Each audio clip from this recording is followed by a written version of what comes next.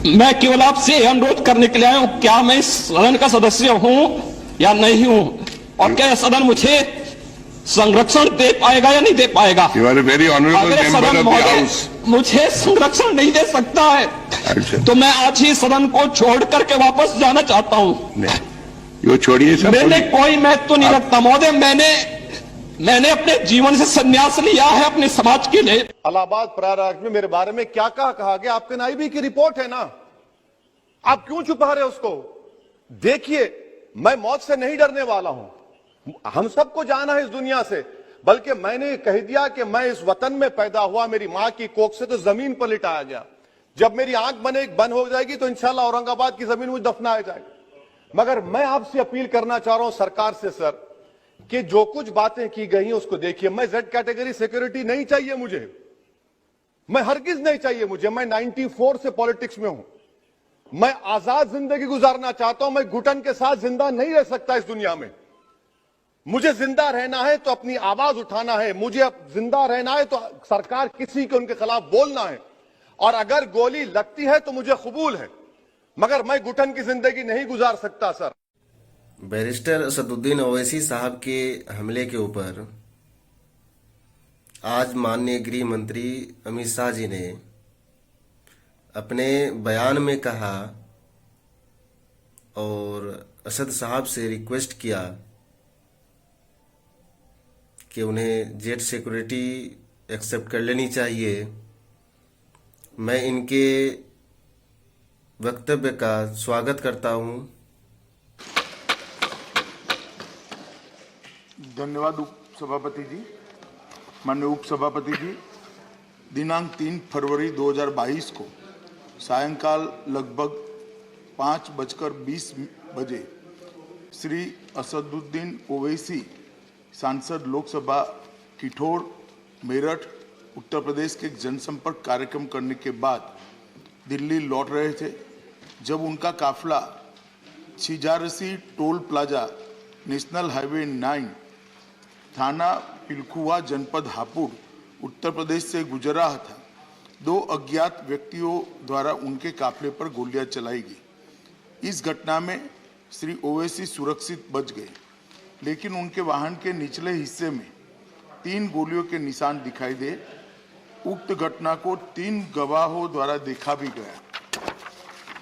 इस संदर्भ में एक प्रथम सूचना रिपोर्ट अपराध संख्या 45/22 अंतर्गत धारा 307 भारतीय दंड संहिता और धारा 7 आपराधिक कानून संशोधन अधिनियम 1932 थाना पिलखुआ जनपद हापुड़ में पंजीकृत किया गया और इसकी विवेचना की जा रही है।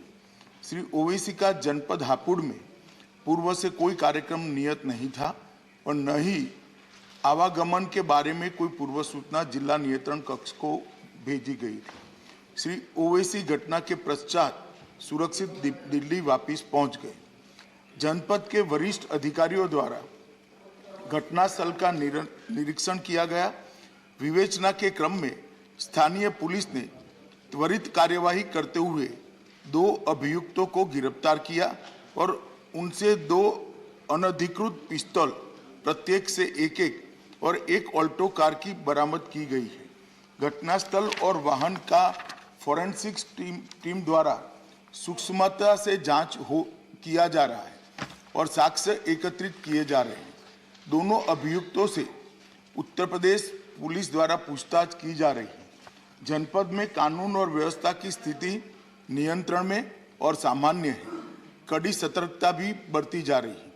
केंद्रीय गृह मंत्रालय द्वारा तुरंत ही राज्य सरकार से रिपोर्ट प्राप्त की गई है। पहले भी कई मौकों पर केंद्रीय सुरक्षा एजेंसियों के खतरे के आकलन के आधार पर श्री ओवैसी को सुरक्षा प्रदान करने के लिए केंद्र सरकार ने निर्देश जारी किए हैं, लेकिन श्री ओवैसी द्वारा सुरक्षा लेने के लिए अनिच्छा के कारण दिल्ली पुलिस और तेलंगाना पुलिस उन्हें सुरक्षा देने का प्रयास सफल नहीं हो पाया। श्री ओवैसी के खतरे का पुनः मूल्यांकन कराया गया है और खतरे के आकलन के आधार पर उनका दिल्ली में बुलेट प्रूफ कार के साथ अखिल भारतीय स्तर पर केंद्रीय रिजर्व पुलिस बल की जेड श्रेणी की सुरक्षा प्रदान की गई है। मेरा वक्तव्य समाप्त हुआ, मगर हमारे पास जो मौखिक सूचनाएं श्री ओवैसी के द्वारा भेजी गई, उन्होंने अभी भी सुरक्षा लेने से इनकार किया है। मैं सदन के माध्यम से श्री ओवैसी को विनती करना चाहूंगा कि वो तत्काल सुरक्षा ले ले और हम सबकी चिंता का समाधान करें। धन्यवाद। मैं इनके वक्तव्य का स्वागत करता हूं, लेकिन मैं एक बात जानना चाहूंगा माननीय गृह मंत्री जी से कि गृह मंत्री जी पिछले दिनों बैरिस्टर साहब के द्वारा संसद में और भी कुछ कहा गया था। अगर आपको याद ना हो तो मैं बता दूं कि जो शूटर्स थे उनके ऊपर यूएपीए के तहत कार्रवाई करने का भी अनुरोध किया था। आपने इसके ऊपर क्या किया, इस पर आपने जवाब नहीं दिया।